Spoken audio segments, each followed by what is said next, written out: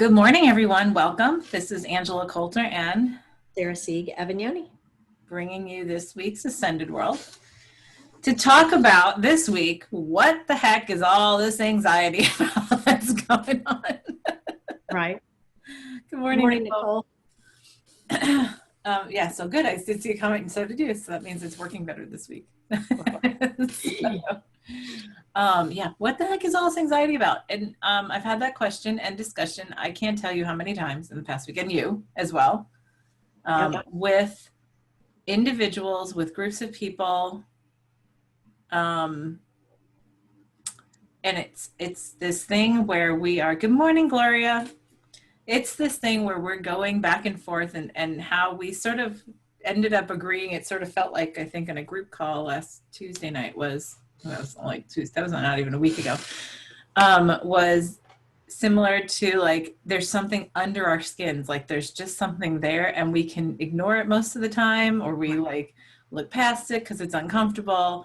And then there are these moments of, and then it just goes back to, okay, I'm fine, I'm great, I'm absolutely awesome. And then, Yeah, it's like, how can we, it's like, how long can I live in denial that whatever this is here? Right. And so even when we say, I want to look at it, let's look at it. What's it about? What's it, what's there to change it, whatever. And I'm like, I don't know, for me, oh, see, like there's a big breath right there. Just even say it. For me, when I was thinking about it and trying to describe the feeling when I tap into it at the collective level, it was similar to the closest thing I could come to is that feeling at some point, the first time you have a child, late in pregnancy, when you realize, and sometimes it's in labor, when you're like, oh crap, I don't want to do this. Right. It's like, yeah, no, I changed my mind. I think I want to change my mind now, even though it's too late. So that's the whole thing. And it's not, and it's this idea of whatever it is that's coming next. And many of us have felt there is some big monstrous shifting, which will cause a lot of stuff. As you said before we got on, that you pulled the Tower card yesterday, right? Which is like, I think our theme for the decade. Right. Right. Followed by the devil today. By the devil today, which is all about, things are not what you might think they seem, and being egoic.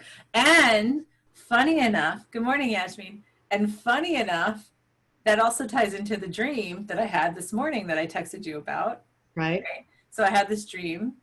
Well, not funny enough, because you knew, I knew because it was so prominent, it must have something to do with today's discussion. Right. And I'll tell everybody here. So the dream was that Sarah and I were on the phone doing one of our typical, like, bouncing stuff off each other discussions. And in the dream, my office in my house now is in the front of the house. The windows look out on the front of the house, but in the dream that it was looking on the back of the house, which has woods back there. And Nicole, the card was the Tower. So I was talking on the phone with Sarah looking out the window, and I said, so this seems really significant. This is what I was saying in the dream. So this seems really significant, but I'm getting, it's very, very important for us to look at this, that, there's something that, what did I say now? Something that we're tied to egoically, right? That we're still connected to egoically. And we're like, and I'm like, and it feels like a big pow, bam, like big epiphany, but something we've talked about so many times. We're always looking at that. We're always looking at what we're connected to, what we're tied to egoically. You said, I understand that you and I are both too egoically invested in our outcomes. That's it. Too egoically invested in our outcomes, which is funny because we're always constantly on that, right? Right, checking on that, right? So as I said that, I look out the window, and at first I see these two massive condors, but it was like a condor eagle mix because I had the condor body and the eagle head looking in the window. And then I looked and I saw a third one. So it ended up being like three condors, Trinity, funny, looking in the window at me, and they were huge. And I was like, oh my God. And I was telling Sarah, oh my God, there are these condors like right here. Are they condors? And that's when I woke up. And it's so vivid. I texted Sarah about it. so I wouldn't forget. So I'm glad that I did, because I forgot what it was that I had said. And then I was out, my husband and I take our cats out on their leashes around the yard in the morning, and we're standing there with the cats outside, and I was telling him about the dream. And just as I had said the same thing about the being egoically attached, blah, blah, blah, all of a sudden, out of nowhere, the two hawks that live in the woods behind us were right overhead, and they screeched and startled the crap out of us. I was like, and they have pretty much the same message the condors have, pretty much, right? So I'm like, so there's something we're not seeing. So what are we not seeing? What are we not seeing? What are we not seeing? And so it's funny, the devil that you said comes up, because we're not seeing what's right in front of us, because what we convince ourselves is there, right? It's like we fool ourselves into believing something. Right. Right. This is, and we've talked so many times about how we're actually living in that opposite world where everything that we believe is actually opposite of what the reality of it is. Right. And this particular example was the savior of the world is the devil. Yes. In this particular card. But, you know, we've always said that the way to expand is to go within. Right. Which, you know, seems counterintuitive. Right. And that, you know, the way to enlightenment is to look at the shadows. Right. Not the light. Right. Right. So those are just a few examples. I would say, and then like another 1,000 different examples. Right. Those are just a few of the examples. A few of the bigger ones. Absolutely. Right. Yeah. That was one that we talked about for a while back, on how it's so conceivable when you look at things in duality. And this is just a topic for another day. Right. That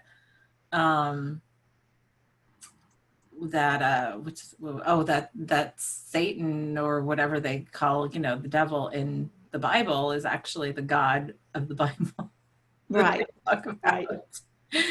It's the absolute opposite of what people think, because, you know, if you look at the idea of, well,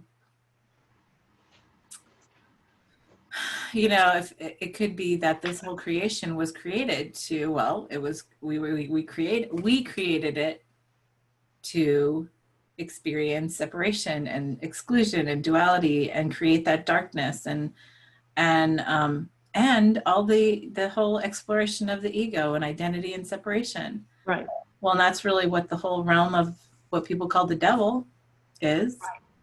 You know, and when you know, the TV show Lucifer, it's funny because his power over people is to look them in the eye and say, what do you really want? Yeah, what's your desire? What are your desires? And I mean, that's what we're here to explore, and that's what everyone denies. Right. And desires is implying that you don't have something that you want. Right. And that so that's yes. So there's a lot to that. But we can talk about that on another day. But when we're getting to the place where the collective might be ready to look at that, it wasn't right 5 years ago when that first came into us. Yeah. So if we take the opposite world idea, like we were just talking about earlier, and look at today, and everybody's so concerned with, you know, staying safe and saving the world and restoring this and doing this, and it's like, what if that's the opposite of what we need to be doing? And that creates that anxiety. Yeah, but then the question is, what is it to be doing, right? Right. Do we facilitate the destruction? I think we already are by trying to save it. All right. And we've been talking about that, right? We've been talking about that for the last month. So is that causing us the anxiety? I think it's, yeah, well, if you look at if we look at this straight on, right? If we look at this particular area straight on, you know, things that we've thrown into the discussion over the past like month. Right. Or so, or more, who knows? I don't even know anymore. But recently, that we're not here to save the earth. We're here to actually let it go. Right. Let it complete its distance, right? Right. Which would mean we are then the angels of destruction, as you've called them, right, in the past. Because we're here at the beginning. We're here at the beginning, and we're here at the end. We were here to open up shop, and then we're here to close shop, right? Right. And Nicole says, could the action be bringing about the inevitable? Which I think that's what I said. yes, exactly. Yeah. Right. Right. And so if everybody's scrambling to try to, well, not everybody, if there's such a mass scrambling to save it, and in the process of trying to save it are actually Lighting the match. lighting the match on the gasoline, Right. and we're just here in observation to hold that space to make sure that it happens. Right. Ooh, that really hurts the ego. The ego goes, what? Right. You know this is going to happen and you're not doing anything about it. Right. And maybe that's the anxiety. Right. I mean, that's not a real comfortable place to sit. No, it's not. Especially because we have such a deep love for this entire existence, right? Right. We have well, and we're sitting here telling us that we're so powerful. If we're so powerful, why can we not change this? well, and the first thing we learn is why do we want to? Like to look Right. at why we Because want to. you get to that higher level of observation where this is what you want. Is the distraction. Right. And then, but we judge it, we have judged it for so long as bad, right? Right, right. To say that, what do you mean? Allow the destruction, Right. right? It's the same Right. thing. Oh, this is an interesting thing. I'm gonna go right into another forbidden topic now. Let's just cut right into them today. How's that? Right.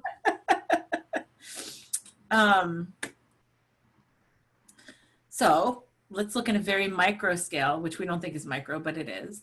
Look at the elections that are coming up in the United States, right?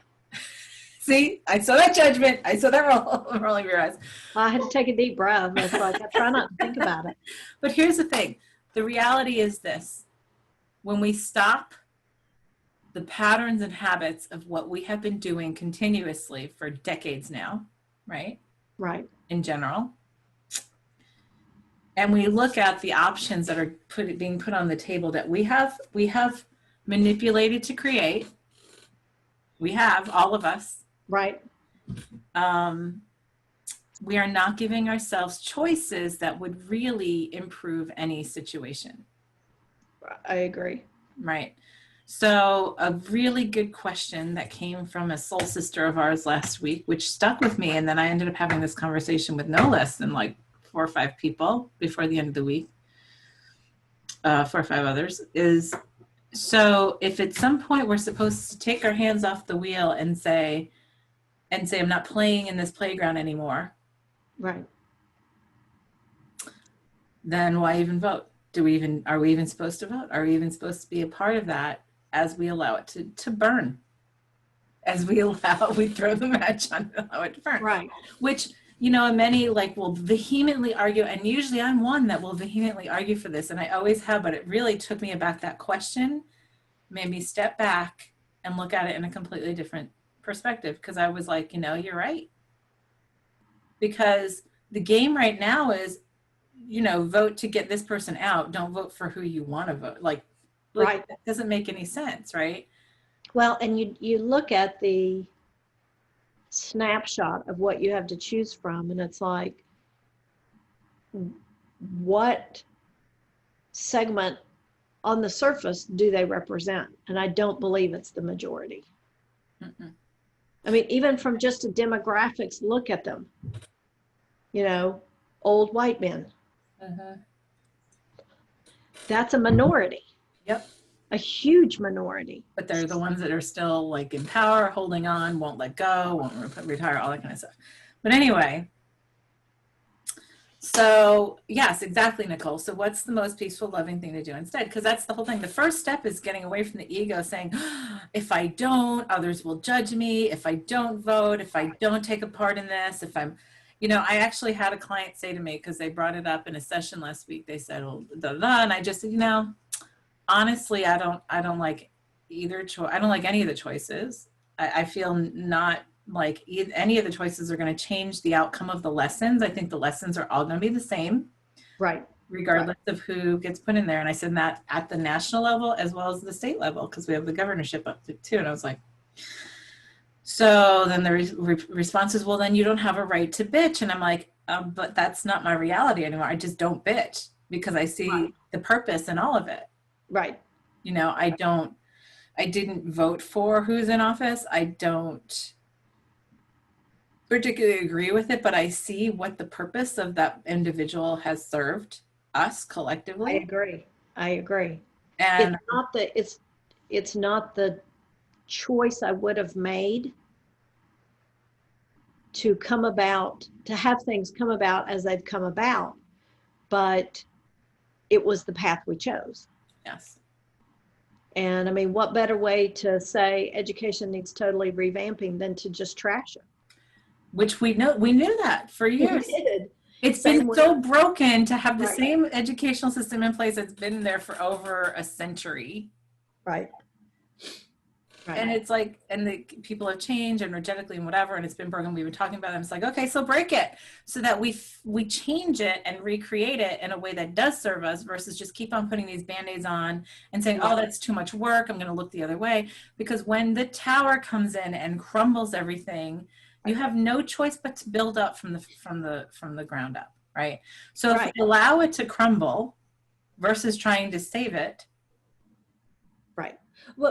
Versus trying to just prop back up the old system and, lots of duct tape and lots of spackling and to get rid of the cracks and everything else when it wasn't working as it was in its best shape for right now. and eventually all you have left are the band-aids, the spackling, like stuff, Right, and the original foundation is gone, which is right. really where we Yeah, are. So looking at that, it's interesting. The whole thing, like I said, and it's like sort of forbidden thing because people are so vehemently passionate about all this now with the elections, and I'm like, but it doesn't work for us anymore. This doesn't work for us anymore. It's right, broken, right, completely broken. right, And so for us to pretend that it's not is just going to perpetuate the inevitable. And it's just going to, as Nicole said, it's bringing about the inevitable right. because it's just continuing to play on the old playground when if we are to move forward into something new, why are we still playing the same old games? Exactly. Exactly. And, part of me says that whether we participate or not, it doesn't change the inevitable. Exactly. So what's the point? Well, and the thing is, why put our energy to it anymore? If Exactly. all we're going to do is put our energy to creating something different, then that will be more important than anything else, right?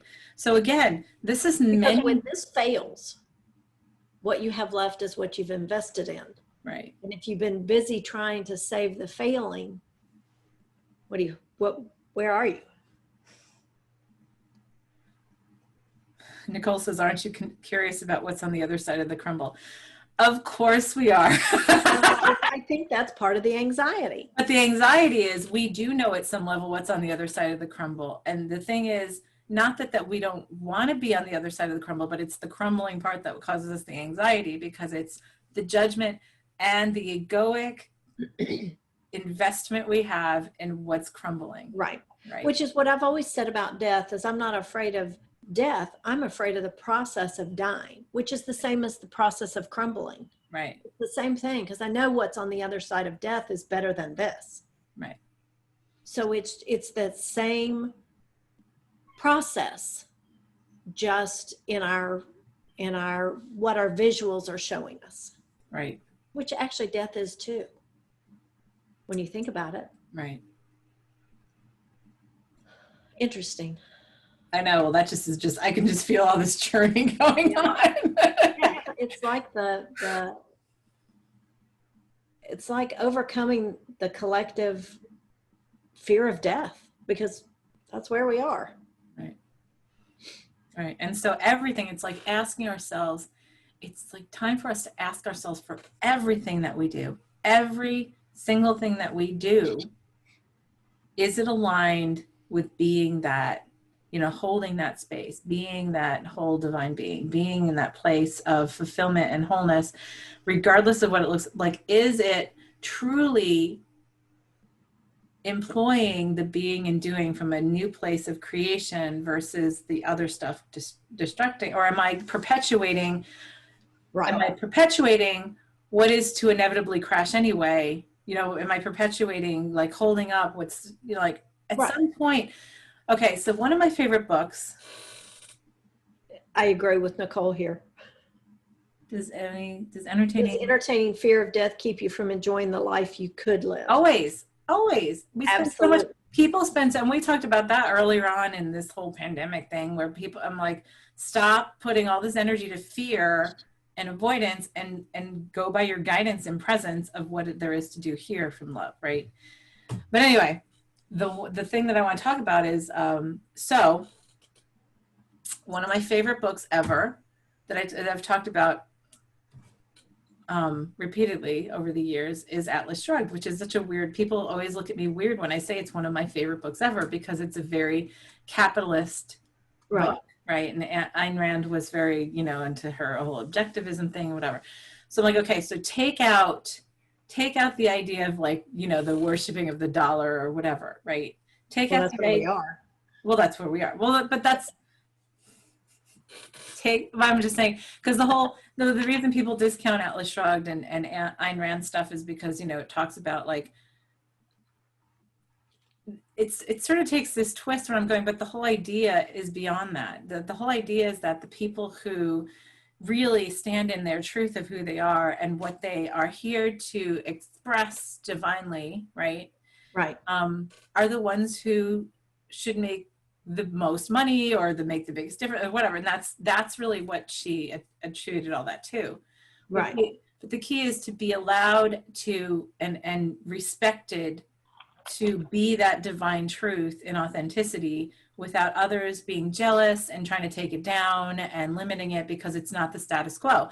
So if you read that book, if you go to look at Atlas Shrugged, which was written in like the 1940s, it is so much what we're going through in the world today, right? And the whole thing, and the whole reason it's called Atlas Shrugged is because it's the people who want to see the world continue, want to save the world, that are the ones that are all the brains they consider it. But I'm saying, what if we change that out to be the most conscious, right?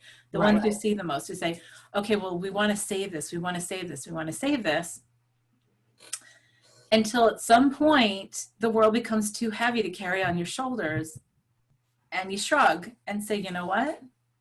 No. It's not mine to carry. Right.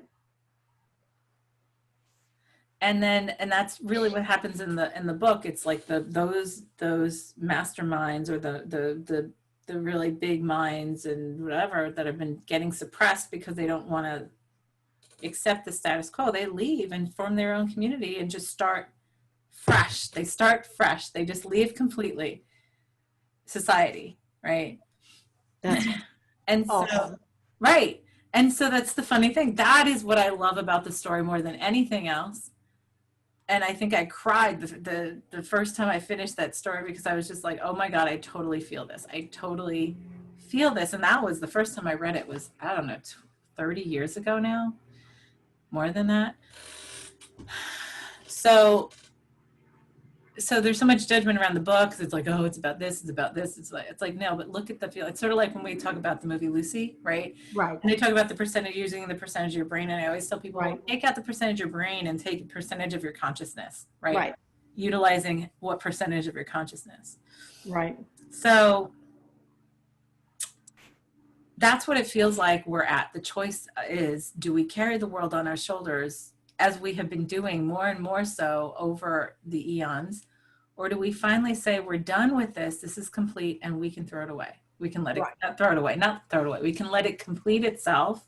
Right. Even if the process looks like it's crumbling around us. Right. And if we divorce ourselves from all of that energy, can we just simply focus on creating what we're guided to create anew, regardless of what that looks like and how different that might look from the norm? Right. Or the egoic version. Well, that's the norm, right? That's how we define the norm. Right. Right. Is the ego's definition of comfort zone. Right. And when you sent me also, when you sent me the thing about the dream, the meaning of the condor. Mm-hmm. And, I quickly skimmed that. And the thing that caught my eye was that, it's time to start soaring with the air, not against it. And I feel like everything we're trying to save or restore or repair is just going against the wind. Yeah. Uphill in molasses. Right. Upstream. Yeah. Swimming upstream in molasses. Yeah. Yeah.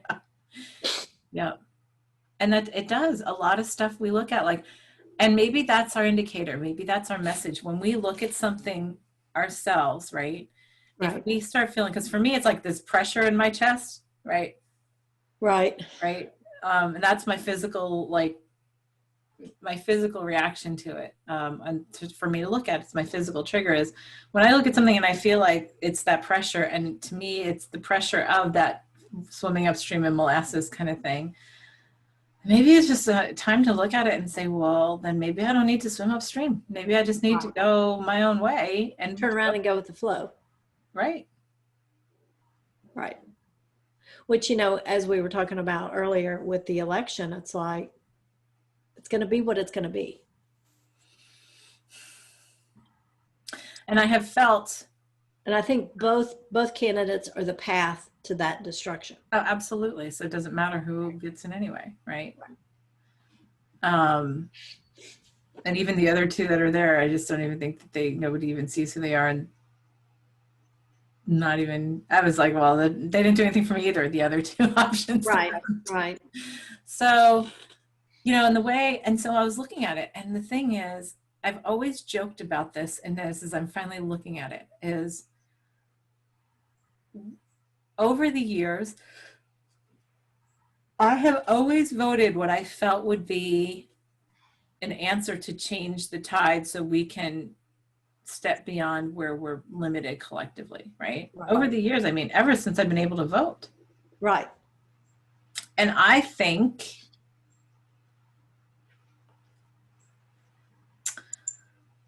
only like once or twice in all those years, and I vote all the time, especially, so let's just talk about even at the president level, at the presidential level.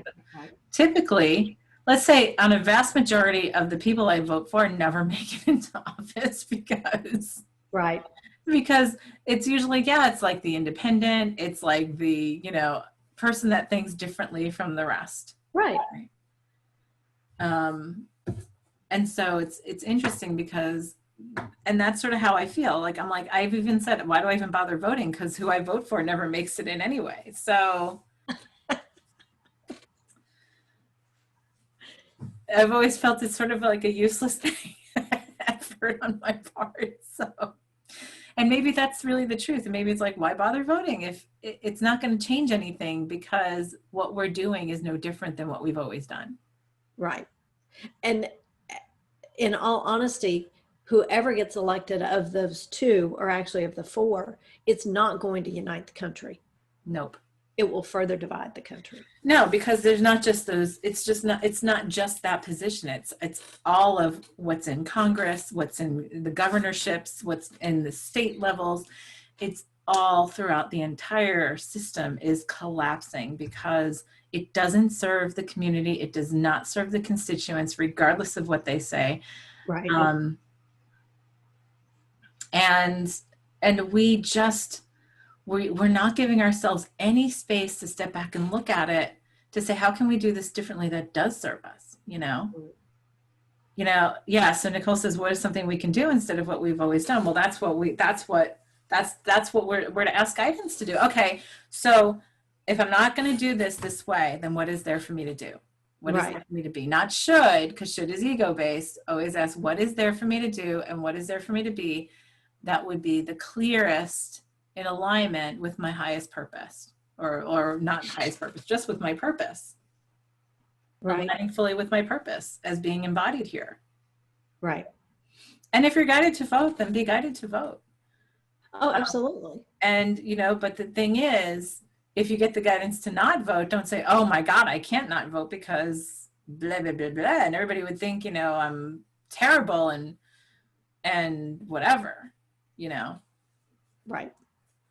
I even went to the part, because here's the funny thing. I was thinking about this and I laughed at myself this weekend because I've been entertaining that.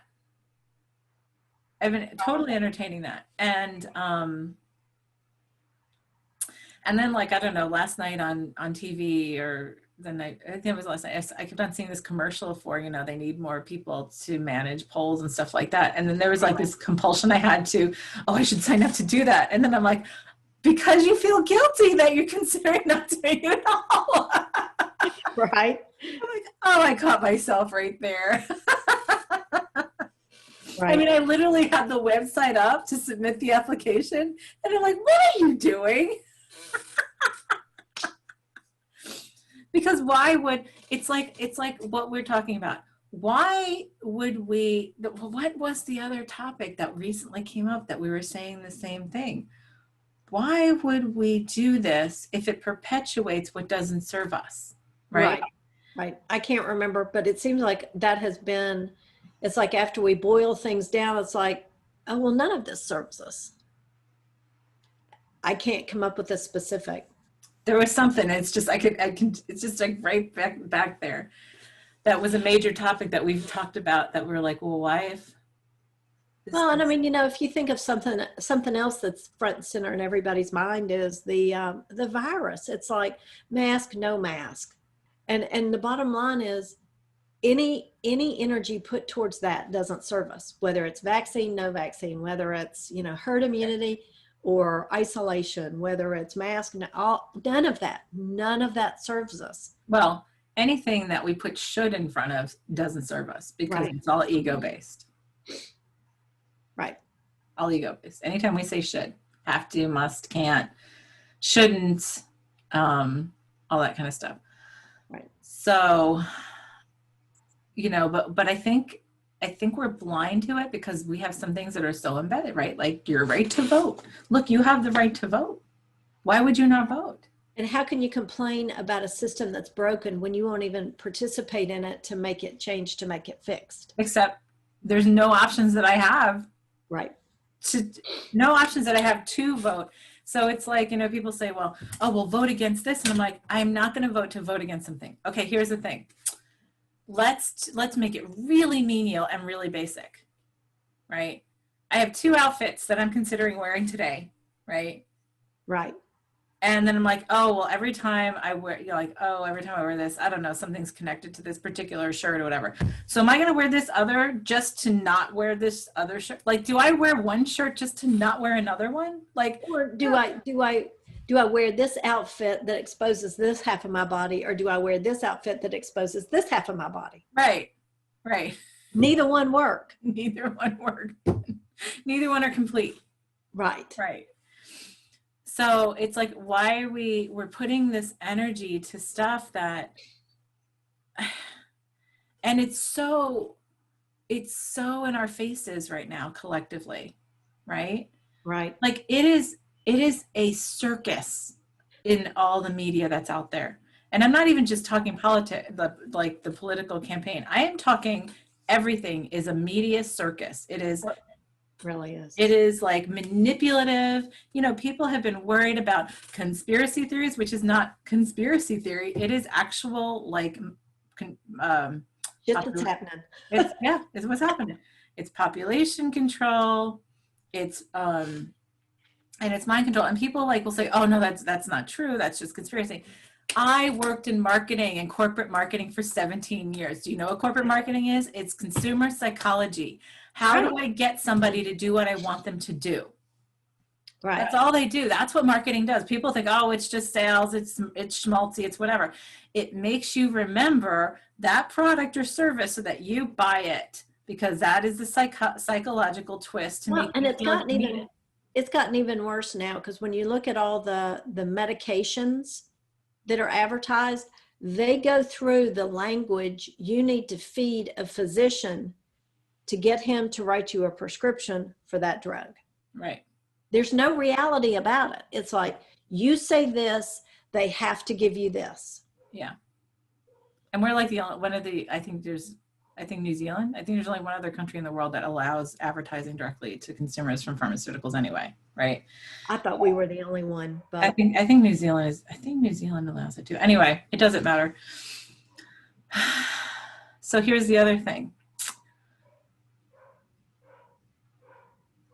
The whole world is looking at us in the United States to see if we crash and burn. Right. We're crashing and burning. We are. there's no judging about it. There's no judgment about it. It just is. It is what it is. The thing about it that keeps on, let's go back to backwards world. Right. The thing about it that keeps on hitting me is the reason people judge the creation of the United States is because we've always done things differently than the rest of the world in general, right? And now we're not. Well, wait, just wait. Stay with my foot. Stay with my train. Okay. So we've always been the ones, and that's part of what's made us such a powerful country. It made us, what we've become, leaders and all that kind of stuff. And that when we stopped doing that, when we stopped thinking outside of the box, when we stopped pushing beyond the expected norm, that's when things started to crumble for us. Right. And then we got greedy and all ego based, and then it became a hierarchy of, oh, well, we're great, so then we're better than everybody else, instead of, oh, this is what we contribute to stay, let's look outside the box, that's what we bring to the table, blah, blah, blah, blah, right? Except now there are many other countries that are thinking outside of the box in a much bigger perspective than us. And the key is for us to all come together, right? But the thing is that everybody's looking at us to crumble like they want us to in many cases, right? Absolutely. Because why? Because we are not the status quo in many respects. And so, yes, some things are not going to work because you try different things and whatever. However, I come back to thinking about, there's been prophecies and whatever, even from the shamans in South America and places that say that basically the building of the new world is going to come out of the West. Right. Right. Implying that they think it's going to be the United States or North America, whatever. And the thing would be, if we crumble the fastest, we'll be the first ones to rebuild. That's right. That's exactly right. And so I was like, well, that sort of makes sense. But nobody wants to see it that way. Nobody wants to see it as, oh, we have to crumble first. Just step forward into something. Well, it's like, why can't we take our gold with us and then do it this way so I can still have my gold with me? I know. Instead of just creating a whole new thing. So Nicole says, where are the fruit commercials now? Right. Yeah, fruit commercials don't make as much money as pharmaceuticals. Well, that's it. And it's all become it's all the mighty dollar. So here's another great example, right? There are other countries in this world that have a fabulous social healthcare system, socialist, what people call socialist, right? Where everybody contributes in, but then you have coverage. You don't have to pay whatever, blah, blah, blah. And so there's this idea that it's not good because we're so exclusionary, right? To say, oh no, well, I don't have a free choice. Funny enough, then you have the same people saying, oh, but always wear a mask. I know. But anyway. So, but if we're talking, I was watching, so there's a senator race in my state, and there's the biggest platform that both of those senators have is, one is for more, government covered healthcare, and one is for getting the government out of healthcare, right? And I'm like, they have such persuasive arguments on both sides. They talk about, how and then on the part against the government healthcare, it's, well, okay, first of all, let's look at the whole cycle. So I was saying to my husband last night, first of all, we need to have a government that actually cares about its citizens over the bank system, right? That cares about its citizens over the pharmaceutical companies, which we do not, right? So because then they'd be more focused on well care versus just take this drug. Right. So theoretically, if we had a government that actually cared about its citizens as a whole, right? Theoretically, then why would we not want government-sponsored healthcare? Because they would have the interests of the whole at heart, of actual wellness, right? Exactly. Right. But if government comes out of healthcare, well, so the funny thing is it's sort of like this weird paradox. That's what I said to Scott. So all these things are paradoxes now that are just like exploding, right? All right, well, but our government doesn't care about its constituents. It's Right. shown that many times right now, right? They pretend they do. They use that as a big, whatever, propaganda thing. But here's the thing, because really what the government cares about is the pharmaceutical companies that have their hands in the pockets of the politicians that run the government. Right. And so we really don't want government sponsored healthcare, because then the government would then force us to do things like vaccines and stuff like that, right? Right. And so like there's this split, and it's so funny because I'm like, well, on one hand, I totally agree with socialized medicine in those communities where the government really does care about the citizens being healthy and whatever, Right. because when your citizens are healthy, you don't have to tend to all your energy to a sick population. Exactly. Right? Yeah. Which does benefit the company. It takes care of itself. Exactly. Right. But we don't have that. So you're right. It probably doesn't help to put us into, but then what is it? So the thing is, it's damned if you do, damned if you don't. Because because we have private healthcare, right? Right. But then privatized healthcare, you're dealing with pharmaceuticals are pushing drugs to you and to the doctors. The doctors have, their pockets padded by that. And the doctors are caught between the pharmaceutical companies and the insurance companies who are saying, oh, we're only going to pay this much for this. Right. And then what do the doctors do to make more money? Is they jack up their prices even more. So if you don't have insurance, you're screwed. Well, and then the pharmaceutical companies start putting on education classes that the doctors are required to take, as well as the nurses and everybody else, to keep their licensure. And if they're only relying on the education from the pharmaceutical companies, how can they think about anything but that? Right. And you have more people that are going to more internalized stuff, to more guidance-based stuff. You're having more people going to holistic medicine and alternative stuff, which is totally the antithesis of Western medicine, because then that doesn't fit in that cycle at all, because pharmaceuticals can't patent an herb. Right. They can only make it illegal. They can only make it illegal. And so look at that cycle now, that broken thing we've got sitting there, because it's like you're damned if you do, right? To say, I don't want government health care, right? Right. And you're damned if you don't, because right now, if you don't, you have nothing, and then you can't afford health care. Right. If you don't have insurance or some kind of government sponsored health care. So then you're sort of at the mercy of what the government thinks is important. So and that's where we're so broken, we don't even see it. We don't even see it, because we're so used to because we're arguing over parts of it that it's like, do I want this version of broken or this version of broken, versus do I want it fixed from the ground up? Right. And I think that's where we are with everything. And back to the whole topic of that's the anxiety.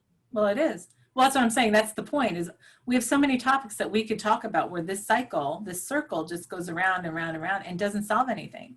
Right. And so we have all of these balls. And so what is it? It makes a ball. So we're juggling all these balls, right? That we're trying to justify and rationalize and egotize and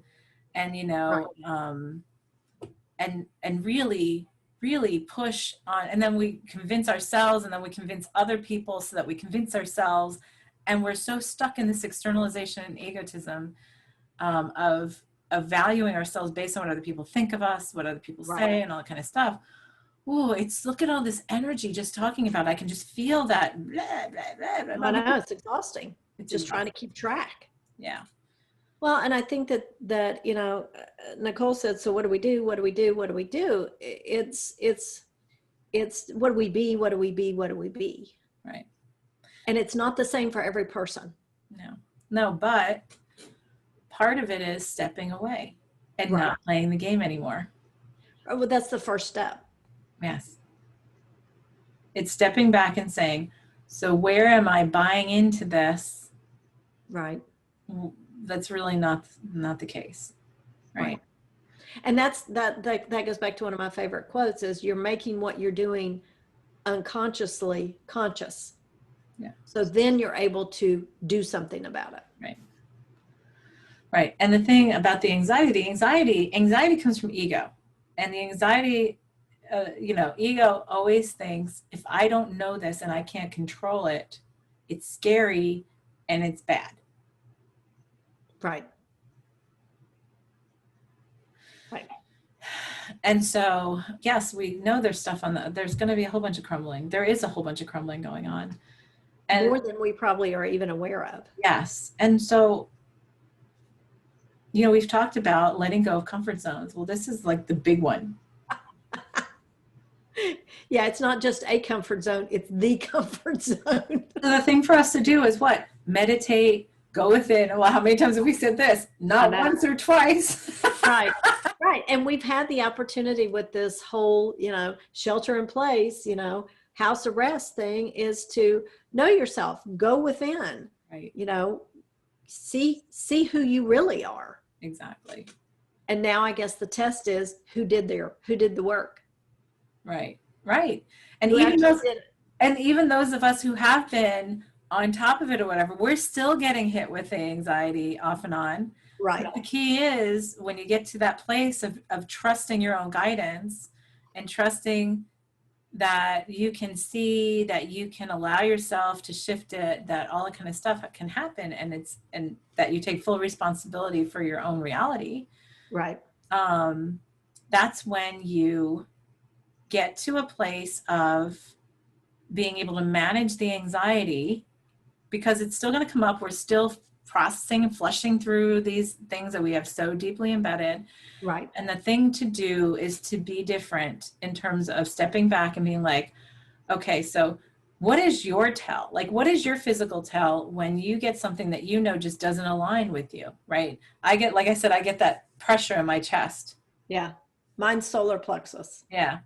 Mine's not. Well, mine's like chest, and then you can feel like it's sort of strung to the solar plexus. It's like connected, right. And it's like, ooh, this doesn't feel right? But we're so used to just swallowing that down and moving on. Where can I pack this away and not look at it? Exactly. But if we promise ourselves to say, I'm going to listen to this so that my body doesn't have to shut down, so that I don't have to, like create something in my physical to make me sick or whatever, to make me stop and look.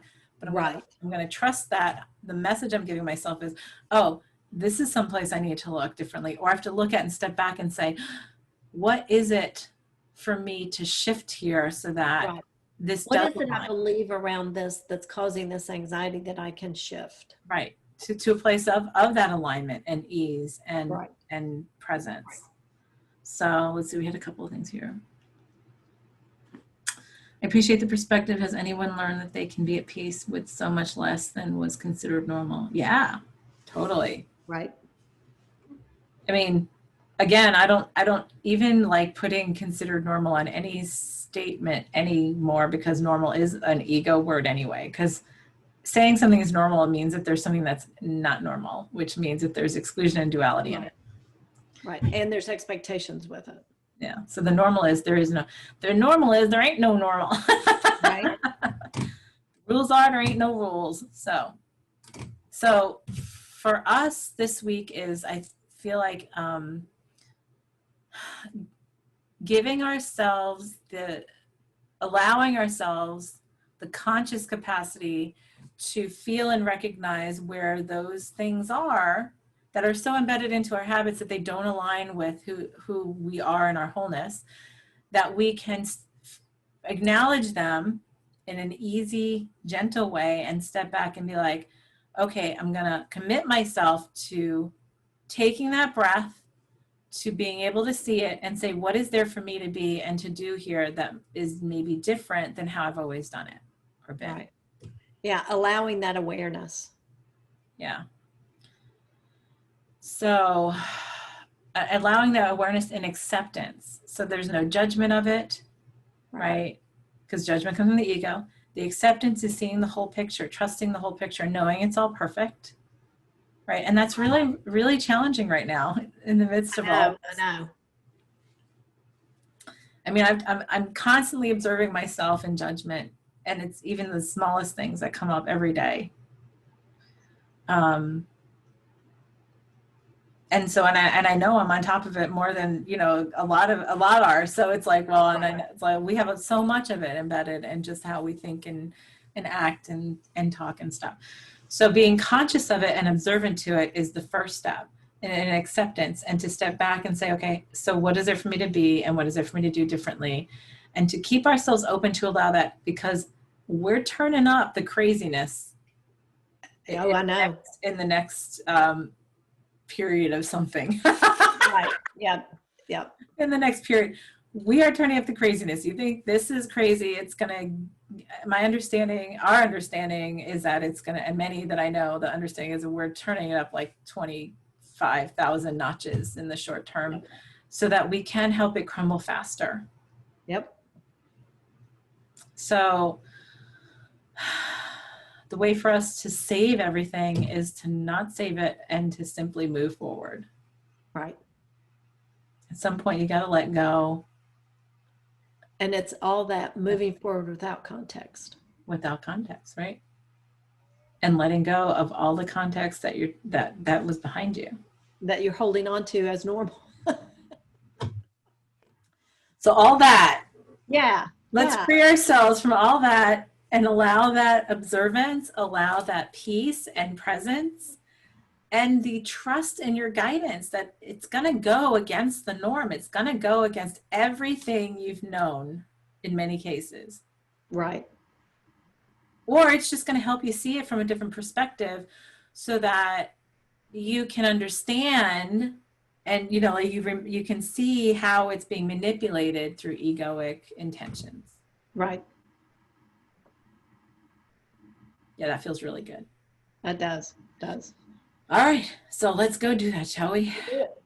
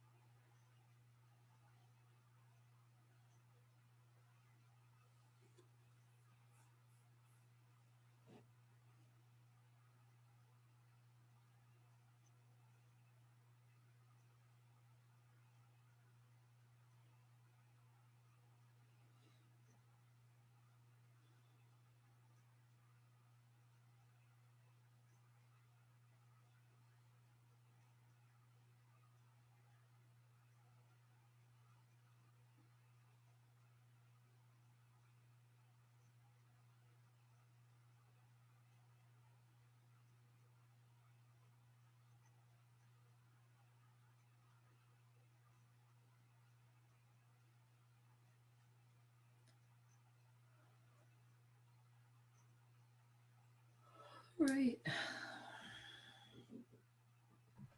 Oh, I was out there. Yeah, I went all over the place and I was sort of zooming from one thing to another. Finally, I saw, I guess it was an artichoke flower. You know, like artichoke, you have the flower. Right. And Yeah. actually, the artichoke you eat is the what's underneath the flower. It's like the Yep. pot underneath it. So it's like I was watching the petals of the flower just start to fall off, and we're like, oh, no, we're killing the flower, we're killing the flower. And then it was like, no, but this is the heart. This is Right. underneath. This is the important part. And I was like, oh, that's the important part for us to see, right? Right. So then I was like, okay, so all that, and then there were some other things I saw, but that was the most prominent. That's it feels like there's gonna, and I kept on seeing like ripples, like I keep on seeing like each one we look at and Huh? and do differently creates ripples with this all the other ones, you know. It was, and it's like, well, the mind wants to get in there and tries to interconnect that, you know, like get all to the interconnection, but that's where we get lost in the energy of it. Yeah. It's like, oh, that makes so much sense. And then it was like, oh, so then I just watched like the center just open out wider and wider and wider as the ripples went out. That was really nice. At some point this weekend, my husband had on football, and I kept hearing, what you think of like as the death toll, the bell tolling, and it was that tone, and I kept thinking, is that for a particular team, or is that outside? Where am I hearing that? And then I wouldn't hear it, and then I'd hear it again, and then so as soon as I went out there in meditation, I heard it, and it was like the vibration of the tone of that bell was just shaking everything and crumbling, and I was like, oh. Well, it's funny that you say that because the tone, the ear tone, came in when we are out there and it was really loud. And I was like, okay, all right, whatever that's about, it's related. So that feels like it's exactly Yep. what you're talking about. Yep. And it was like I saw people scrambling, what do I take with me? And it's like, that's the point. That's the point. Don't. You take this with you. No. Whatever you've done, whatever you've worked on inside. So all those petals fall away. That's Right. then you get to the heart. Yeah, because it's funny, and what a great analogy, the artichoke, right? Because Yeah. we typically think the petals falling off the flower is a bad thing, right? But it's Right. like, no, Right. that brings you to the heart of what it is, because that's all the decoration. Yeah, Right. Yeah. very nice, very nice. All right, so well, we have small tasks for this week. Nicole says that resonates with my experience also. Awesome, awesome. Yeah, so small tasks for this week Right. to implement and really be aware and conscious, and in every moment of every day now, because it's really ramping up. Yeah. Allow that awareness. And we're here with you every week. So That's right. come and join us, and we come and like come back, and you can listen to the recording and do this session at the end again and again and again if you need some assistance for that. Right. Because outside of space and time, it doesn't matter. It's all present. And we're putting out some courses soon, online courses that'll be supporting all this too. So just keep an eye out for that. But we'll see you next week. This is Angela Coulter and Sarah C. Gavignoni. signing off with this week's Ascended World. Have a great one, everyone.